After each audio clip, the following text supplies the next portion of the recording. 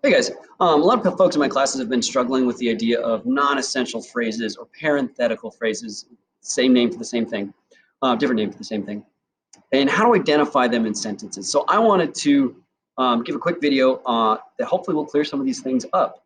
So basically what we're working on is we're trying to figure out what parts of our sentence are essential, what is extra information, and then we're going to differentiate that further is what is essential information or extra information that we need in the sentence to understand the sentence versus extra information that's just sort of additional things that the writer wants us to know. So let's take a look at some non-essential phrases first. So if I look at this first sentence, Adam, thinking hard, trimmed his beard carefully. If I'm going to boil this down to the main parts of the sentence, my subject and the verb, I've got Adam is my noun, and what does Adam do? Does he think hard or does he trim his beard? Well, the actual verb is Adam, Adam trimmed his beard carefully. This thinking hard part is non-essential. It's parenthetical information. It describes how he trimmed his beard. And if we can know that it's non-essential information because of two things. Number one, it interrupts the flow of my sentence. Adam, thinking hard, trimmed his beard carefully. We're going to separate that off with commas. Or we can move this around. I could say thinking hard, Adam trimmed his beard carefully. Adam trimmed his beard carefully while thinking hard. Anything like that, because that part of the sentence can move around really easily as long as I have it separated with commas. I know that it's non-essential, separated with commas. Now compare that to an appositive phrase. An appositive phrase is another type of non-essential phrase, and it's just a specific type that renames a noun. So Emerson, the American writer, was a controversial figure.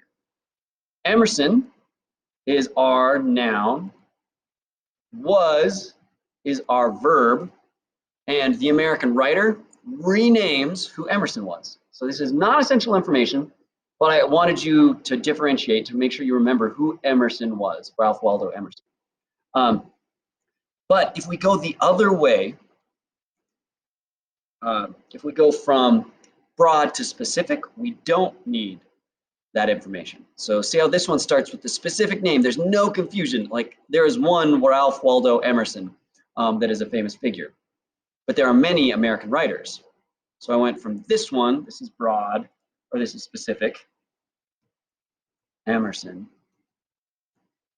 and then this is broad, American writer. This one, the American writer, Emerson, was a controversial figure. American writer Emerson, I go from broad to specific. No need for a comma there. No need for an appositive phrase.